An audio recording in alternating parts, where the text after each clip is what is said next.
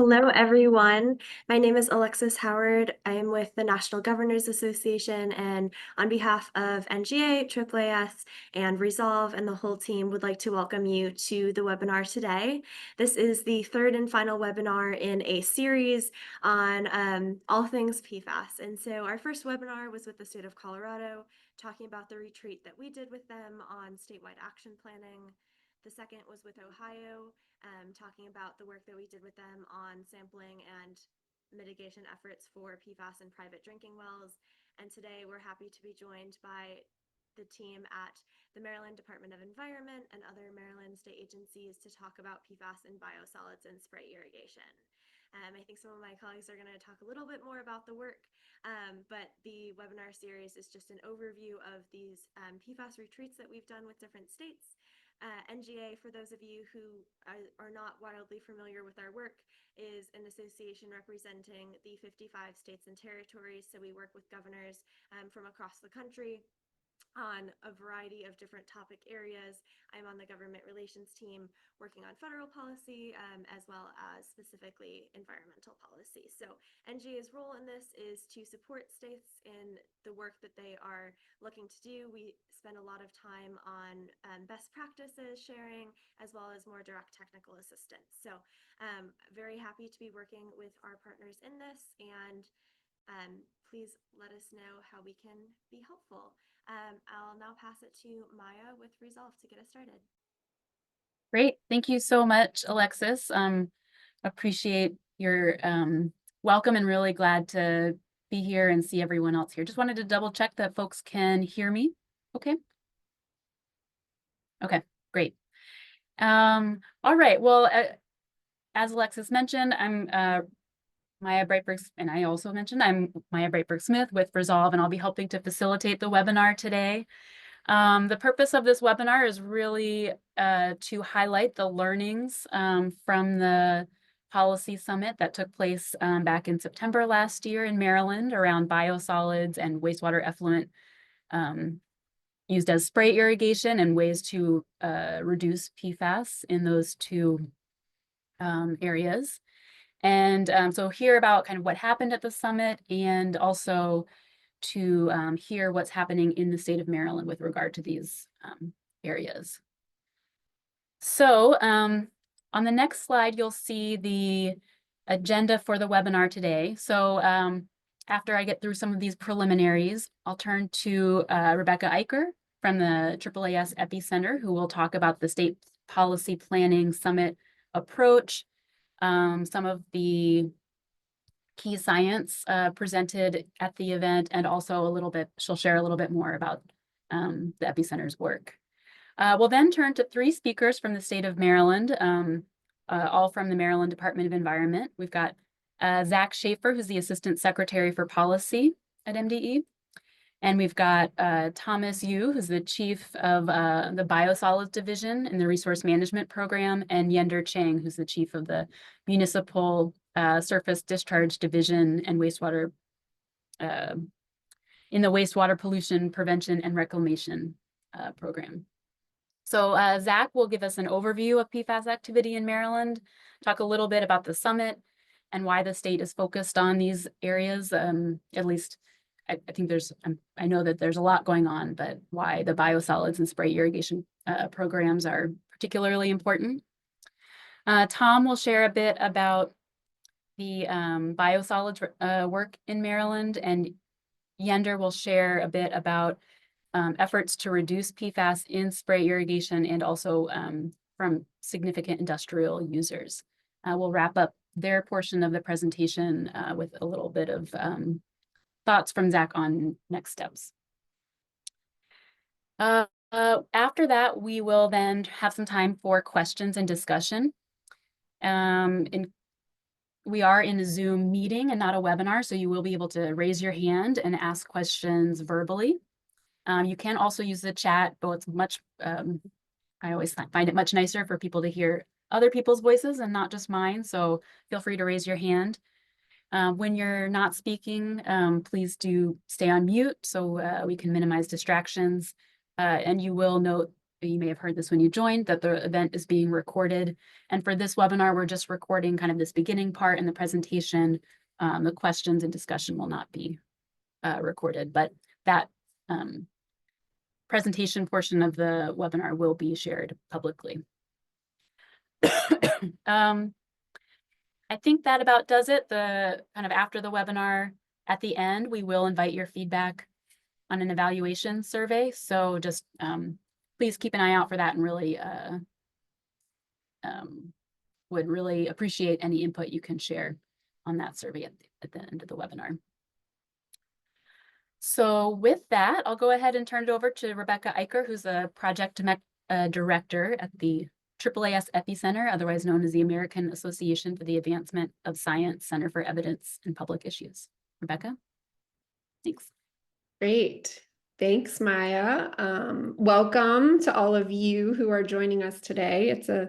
It's nice to see so many of you interested in talking more about what's happening with biosolids, as well as spray irrigation and the work that Maryland has done.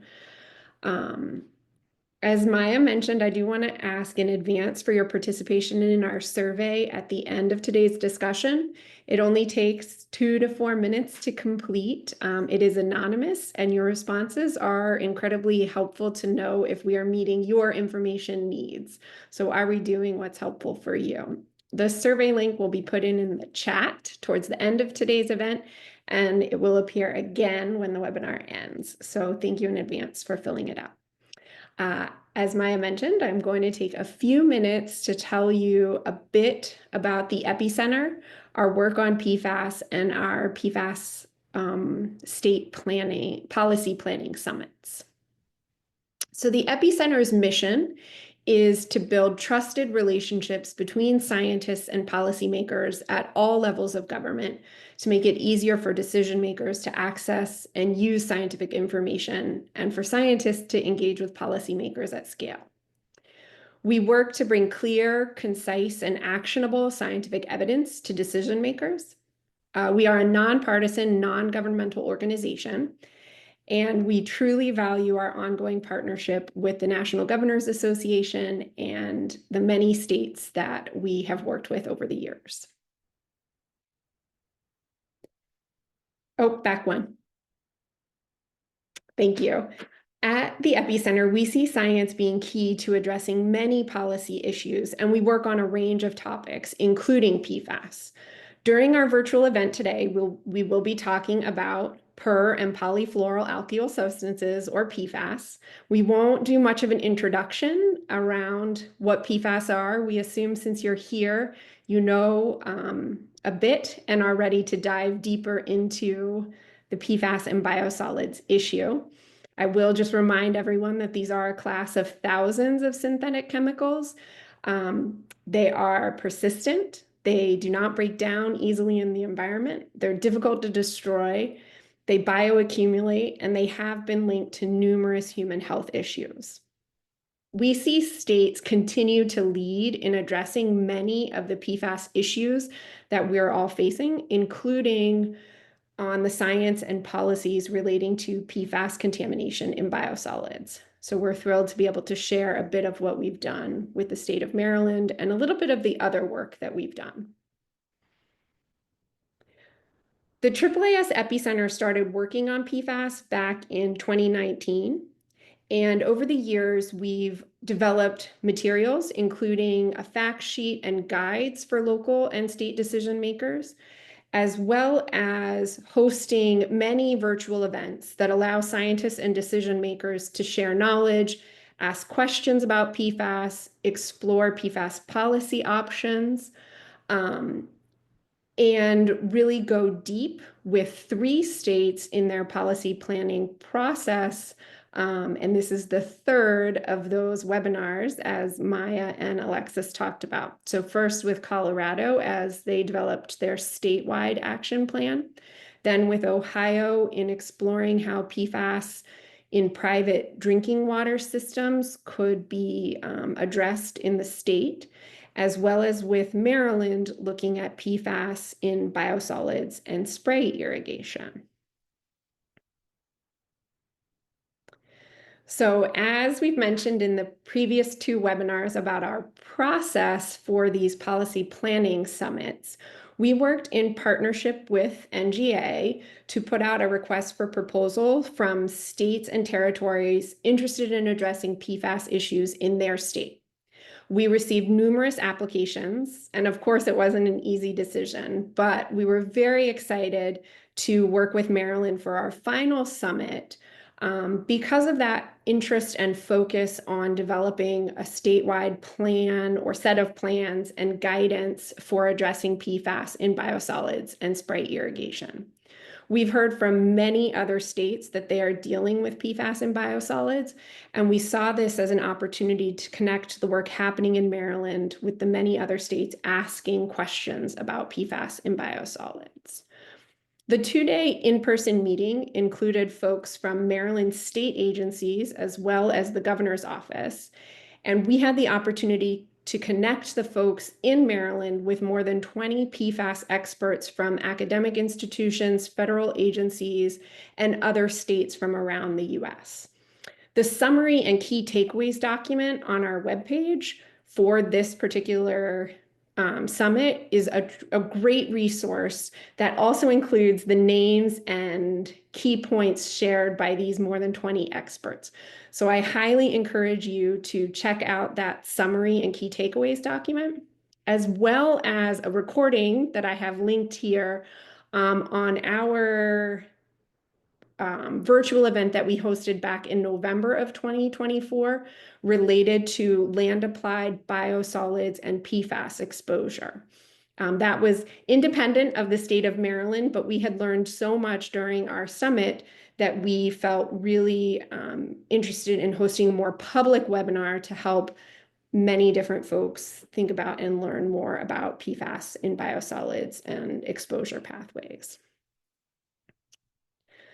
So as I mentioned, the folks from Maryland had the opportunity to engage with many PFAS experts. And sadly, we don't have time to share all that was discussed.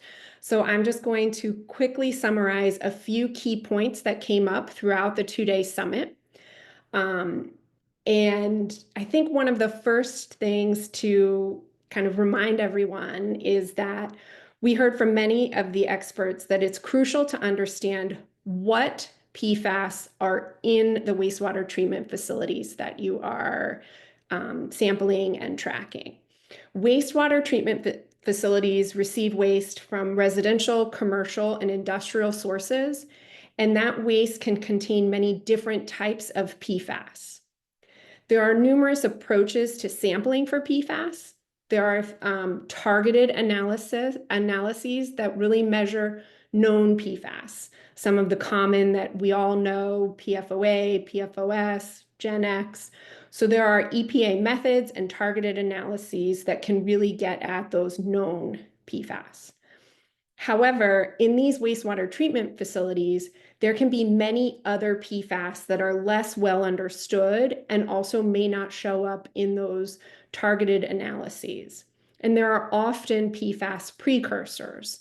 So non-targeted analysis, including the total oxidizable precursors or TOP assay, are important methods to consider to measure the many additional PFAS and PFAS precursors that may be found in wastewater treatment facilities.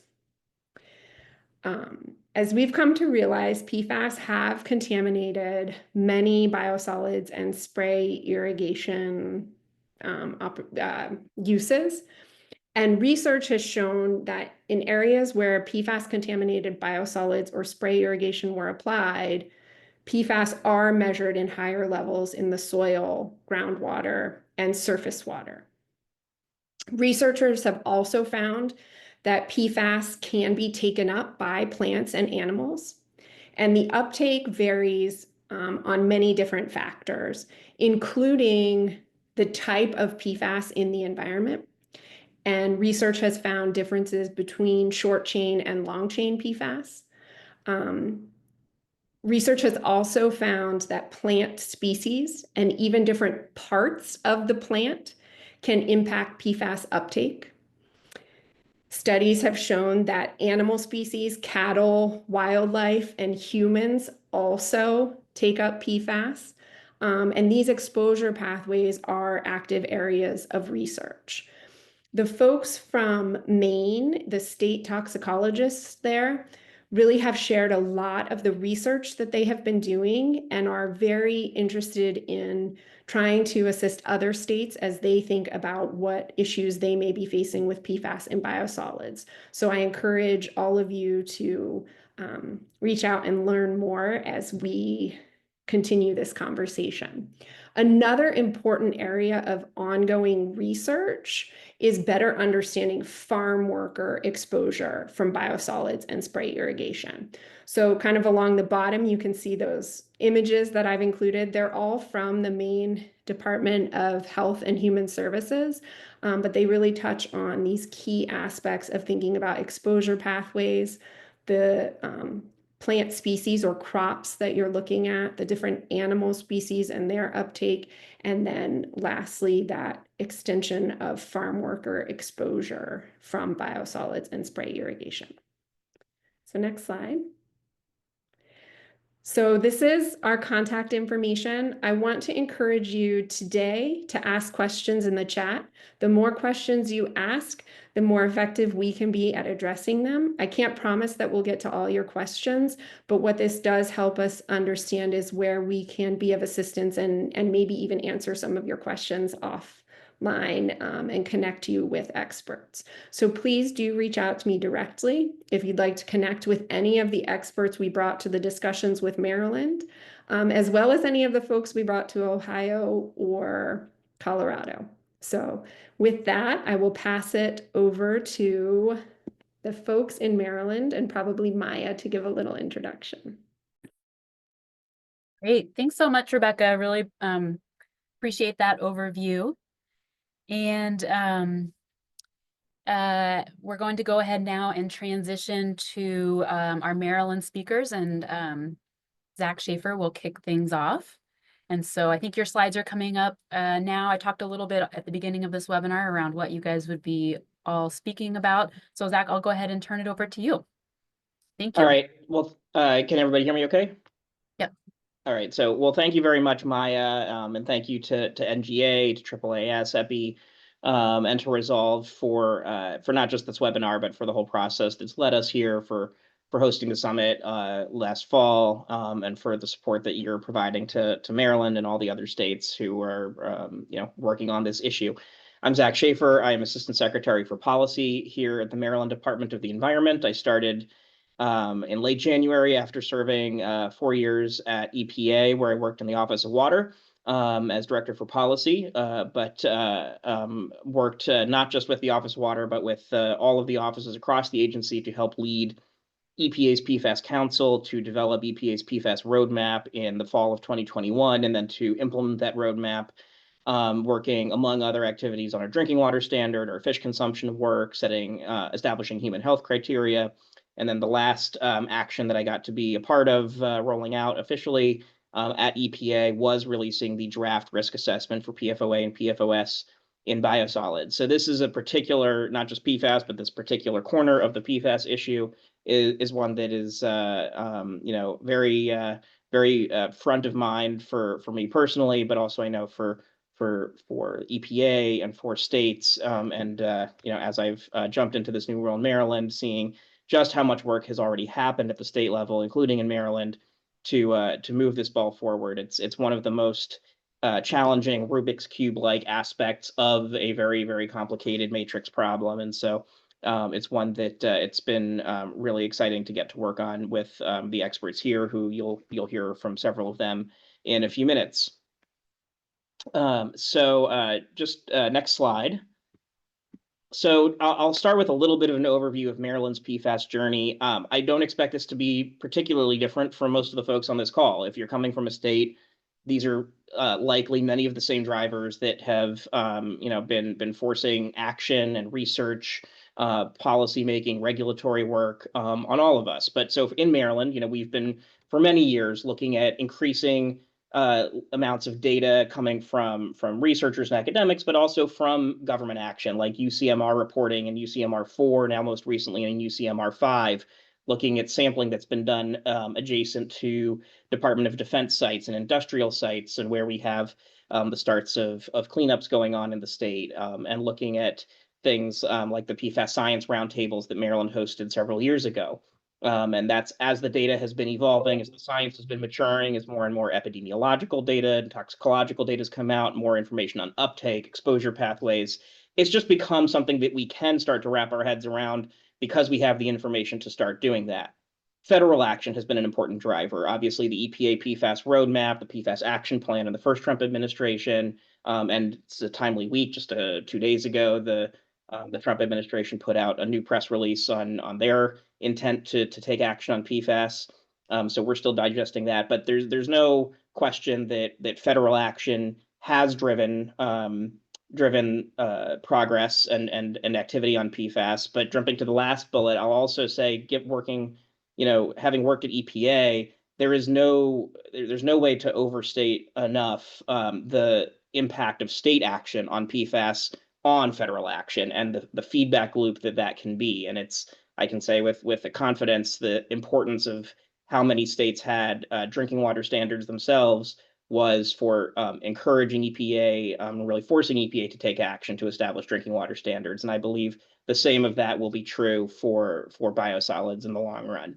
And then also state legislation. Maryland is a state with a long history of active environmental and public health lawmaking. And so we were directed under state legislation to develop our PFAS action plan and the George Walter Taylor Act. We have legislation just from last year around significant industrial users monitoring wastewater influent and effluent. And my colleagues will speak a bit more about that work in a few minutes. But that it all adds up to, there's a lot of different factors contributing to the state really wanting to take a leadership posture on PFAS issues broadly. Next slide. One slide before this, the action plan. There you go. So, and all of that has led us in December 2023, so I say us generously prior to my time here, but to develop an action plan for the state, which was an effort of the Department of the Environment, the Department of Health, other agencies across the state government, working to identify the kinds of actions necessary to break the cycle of contamination, to get upstream of the problem, and to address a pretty broad range of exposure pathways and policy tools, from addressing PFAS in drinking water to fish consumption advisories, biosolids and wastewater treatment plant issues, air emissions, industrial facilities, product bans, which took effect this year for certain textile products. Really an emphasis on source monitoring and analytics and developing laboratory capacity in state to facilitate all of that other work. So the action plan included many actions that were underway already, more that were to be taken, some of which have been started and completed already. It's by no means an end point. It's a beginning point. It's a statement of intent and commitment to move the ball forward and to capture sort of the matrix of what all of the different pieces of this problem are, and figure out how they interact with each other, what different stakeholders, what state agencies, what federal equities we need to pull in to address each piece of these problems. Next slide. So that led us in September of last year to the PFAS summit that Maya and Rebecca and Alexis have already previewed a good bit, hosted by AAAS, NGA, Resolve. Maryland was really honored to be chosen for this. Obviously, we have a lot of work happening on PFAS across many different areas, biosolids, but also drinking water, state action plan development, like the others. But biosolids is an important issue for us, and we'll speak a little bit more about that in a second. But as they shared, it convened a really wide variety of perspectives, SMEs, policy leaders, and practitioners, utilities, NGOs, people who are actively working in the industry, land appliers, folks from agriculture, who are on the front lines of this, and working on understanding how these, the science, the policy, all plays out over time. And and it was really exciting for me to come from EPA to Maryland and see things like this summit, and what the outcomes were, because I think it's a validation of a lot of thinking that I've seen going on in the space at EPA as we were working on the biosolids risk assessment. We also recognize the need to convene those perspectives and to learn what we don't know and what questions no one has answers to that need answers. And that led EPA to work with folks like the National Association of Clean Water Agencies and agricultural groups and the solid waste management industry. And so both the regulators and the regulated entities and representatives of them, not just the Washington, D.C. policy folks, but their members who are actually out in the states doing this work, and working with ECOS and state organizations too. And so doing that, at EPA and then seeing this kind of work happening at the state level is a real validation of the value of this model of getting, all the agencies, all the equities in a room together to really do a deep dive on these topics, on things like what do we know, what's the latest science, what do we not know, what are the outstanding questions, thinking about what are the things like interim guidance and risk assessments that we might need to do to get ahead of the problem while we're still learning more, thinking about things like how communications and our public outreach, what factors they need to take under consideration as we move out on this, or as we move slower than many audiences and stakeholders may want. And then, of course, what are the impacts of the management decisions that policymakers make on those stakeholders, on utilities, on ag, on consumers, on ratepayers, that none of this happens in a vacuum. Obviously, when we think about biosolids land application and establishing, limits or standards or guidance or whatever the tool ends up being, that has an impact on how it's not going to stop being created, as I'm sure you're all grappling with in your states. So what is the alternative if there needs to be an alternative? And if that means treatment, if that means alternative disposal, if that means more use of incineration or landfilling or concentration and destruction in some other capacity, it creates new questions and new needs that all have to be managed and thought through. Next slide. And I think we're still on the why biosolids slide. So just a moment on why biosolids and spray irrigation. So one reason is that just our Maryland Action Plan, Section 5, focused on minimizing future releases, and biosolids and spray irrigation are and were one piece of that. So it was already something that we wanted to focus on. We are very much focused in Maryland on breaking the cycle of contamination.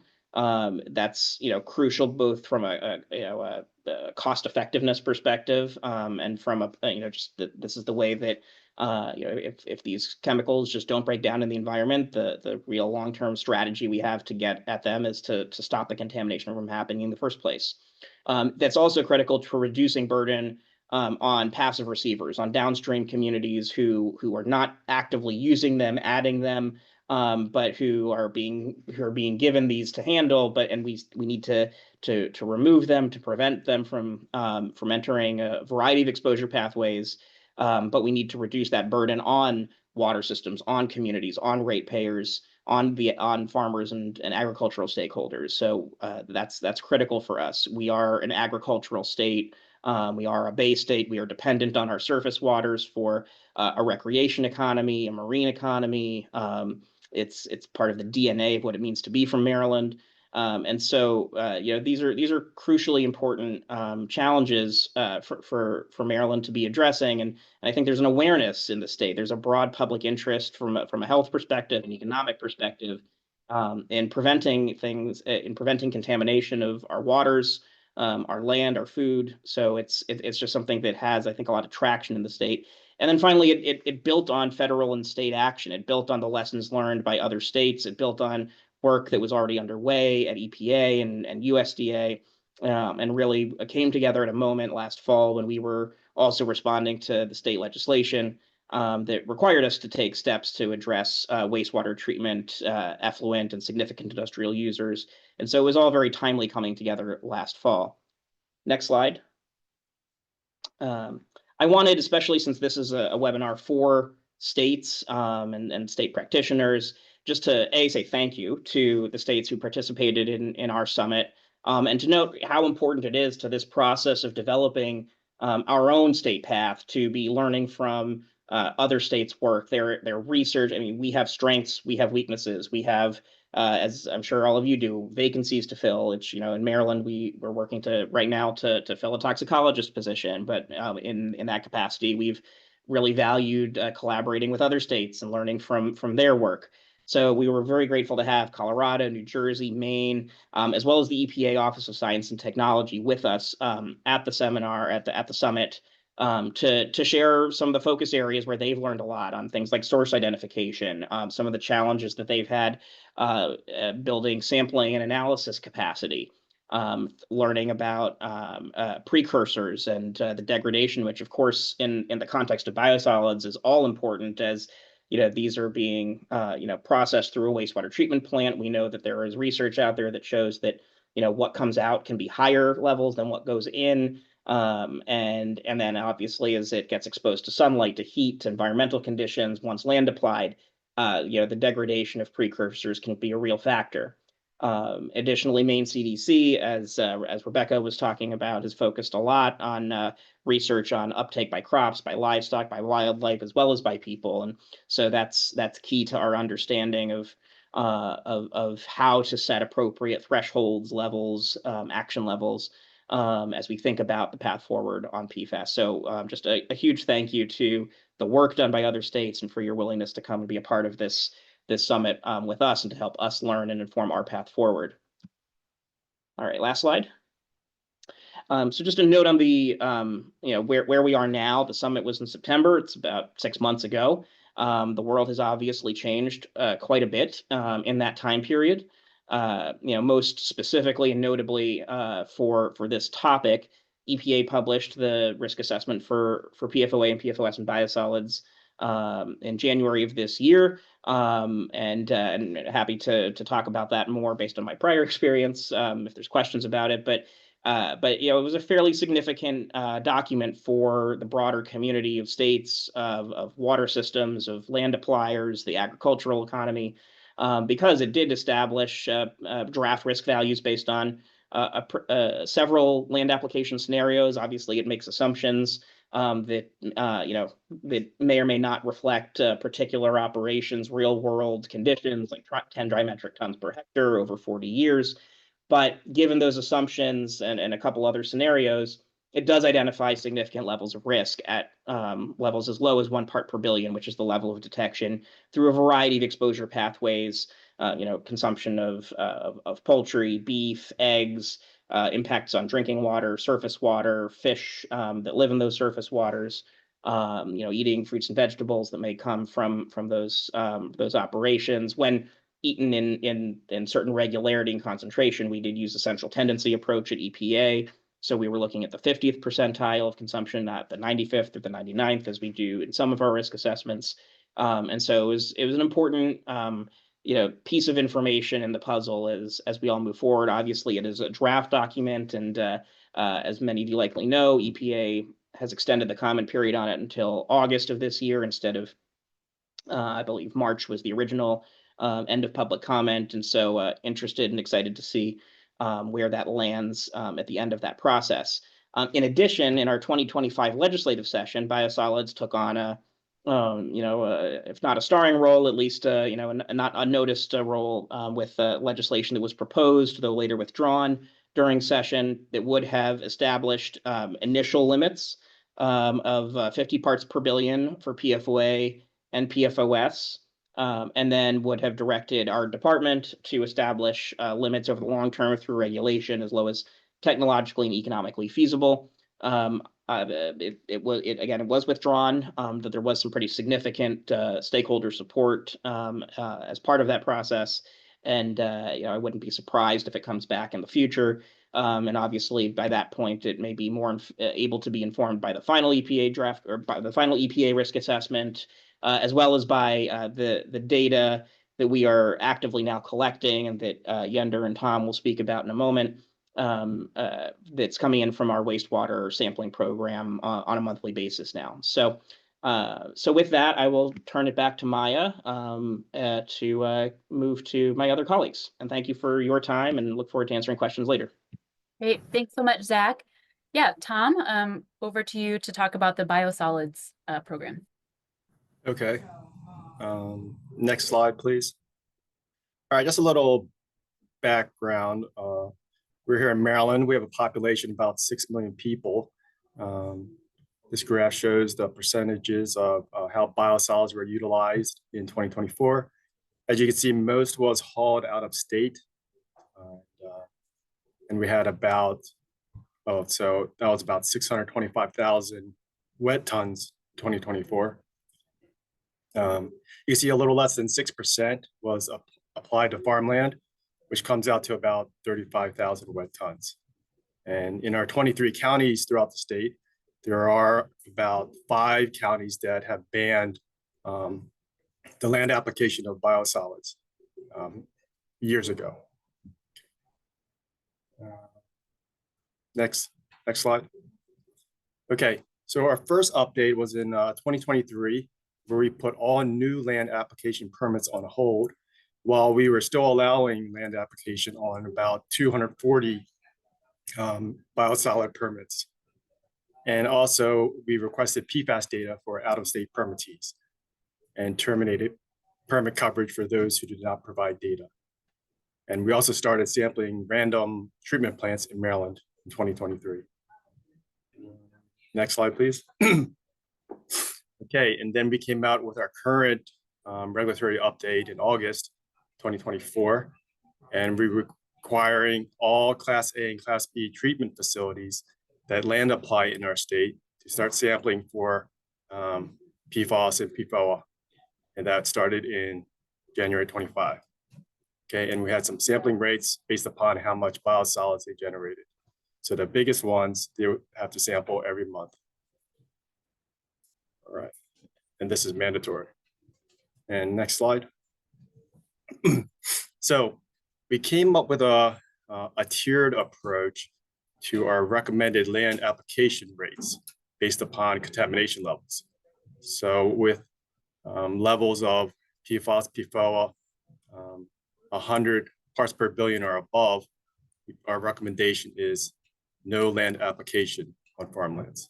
And then down one, if contamination level is above 50 parts per billion or less than 100, we recommended application rates to be 1.5 dry tons per acre. And then if PFAS or PFOA is at or above 20 parts per billion but less than 50 parts per billion, the recommended application rate is to be lowered to 3 dry tons per acre.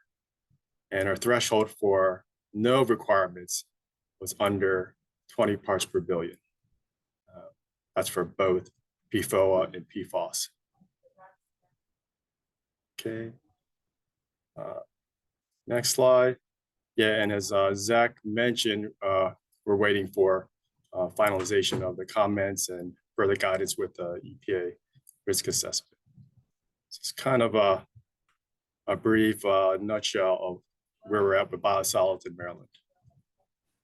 And we did get a lot of guidance and support from Michigan's DEQ.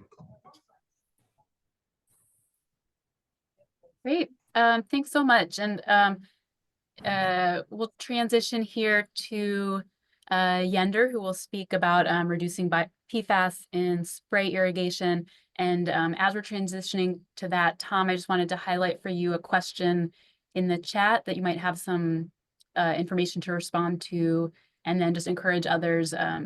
There's a lot of information in these slides, and feel free to put your questions in the chat if you have them, so that you don't lose track of your question when we move on to the next topic. But Yender, over to you. Thanks. Thank you, Maria.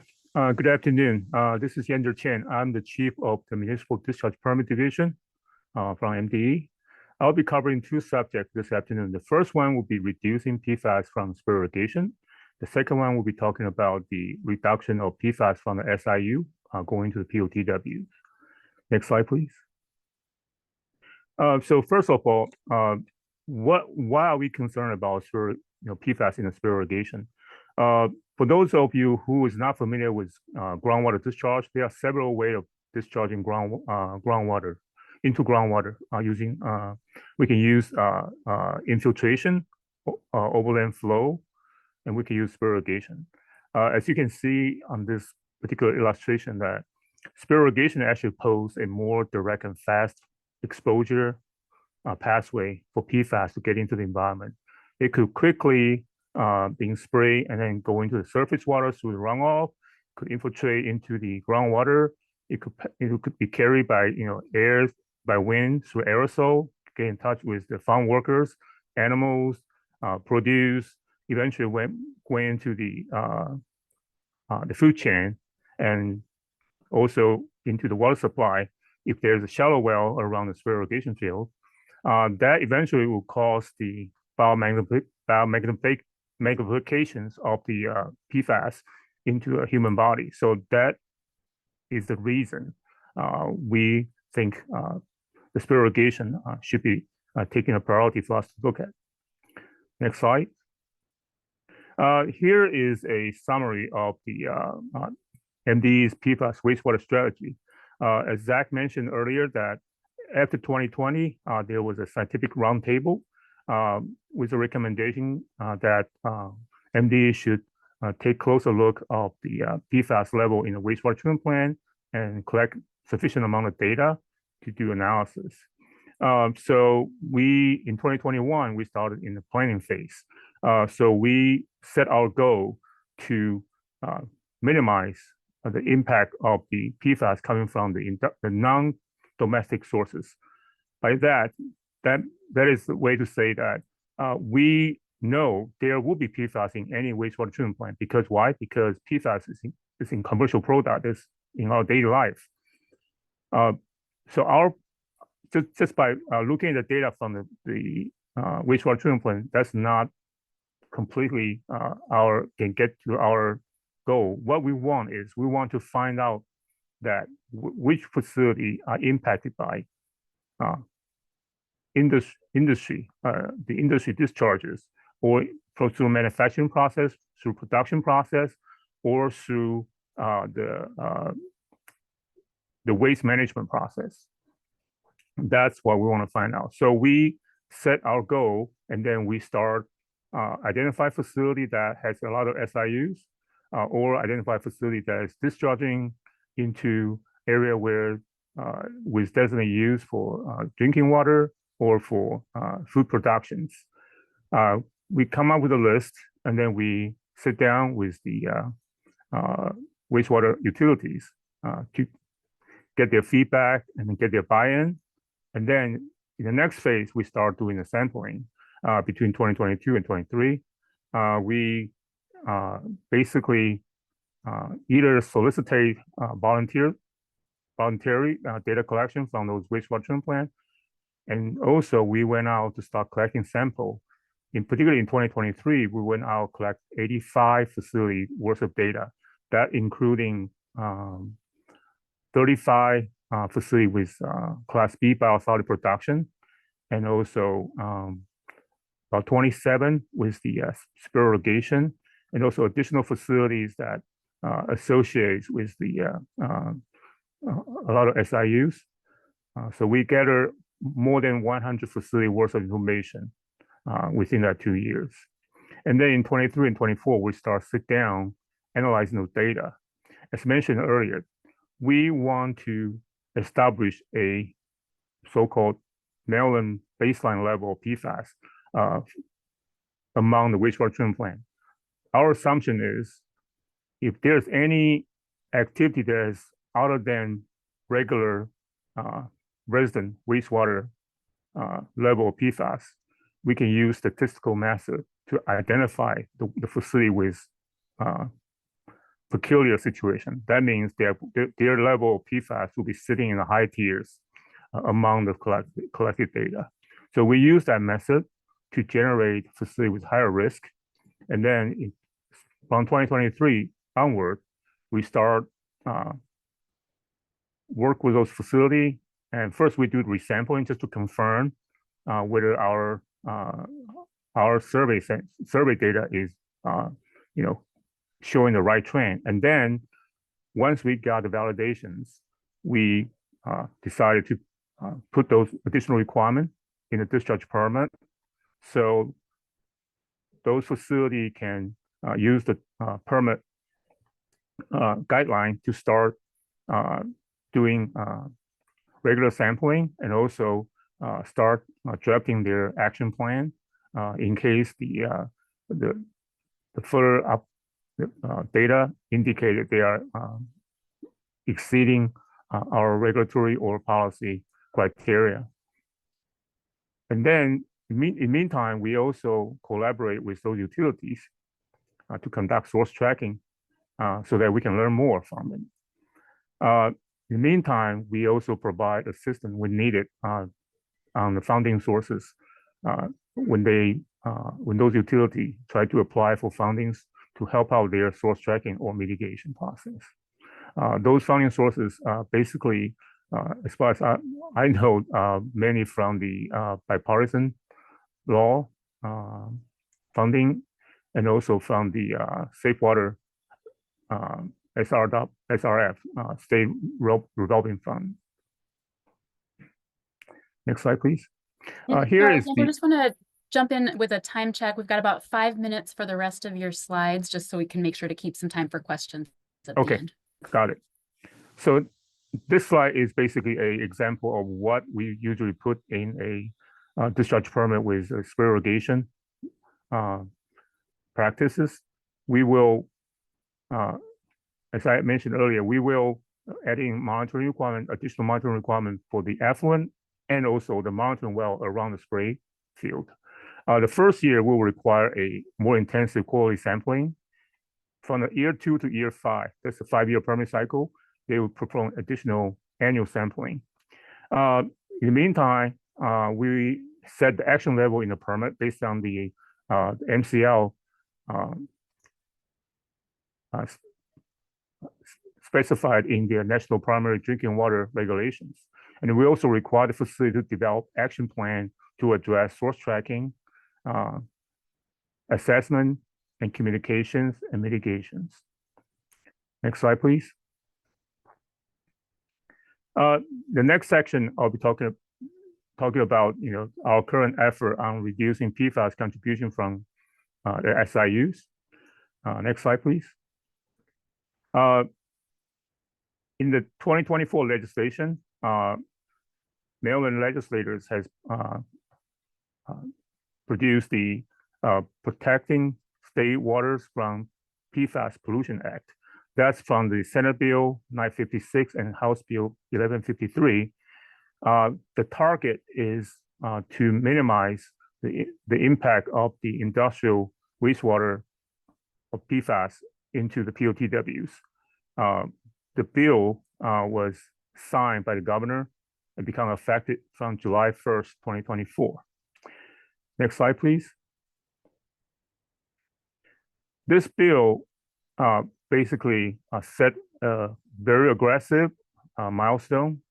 Starting from September 1st, 2024, we are required to do the survey among the pre-treatment program in the state to identify SIU that is related to the PFAS currently producing and intentionally using PFAS. In January 1st, 2025, we are to develop PFAS monitoring and testing protocol for those SIUs. And currently we're working on the data collection from the SIUs so that we can establish the action level for the PFAS level contribute from the SIUs. Today actually is the last day, the deadline for all the SIU to submit their data. And we will be digesting those data in the next month, and then we'll come up with a action level. And finally, in next year, we will have to come up with the recommendation on measures to reduce PFAS coming from SIU into the POTW. That's what I have Okay, thank you so much, Yander. Appreciate you walking through kind of that overarching strategy and then what's happening both on the spray irrigation and SIU or significant industrial user side. I wanted just to check in, Zach, if you have any kind of closing thoughts here before we wrap up the presentation portion. I think we've actually covered a lot of like the next steps. So, I think it's clear sort of where Maryland is headed with, sort of the specific tactical things that we're doing because of the recent legislation at the state level. Obviously, like I shared earlier, there may be some, additional legislative efforts to drive the ball forward further on biosolids in state statute. But, but we're not sitting and waiting for that. Obviously, the guidance has been important. We've had indications that that land appliers plan to follow that guidance, so it's already having an impact. So, I think I would just love to get to questions and have a discussion with the participants here. Yeah, that sounds great.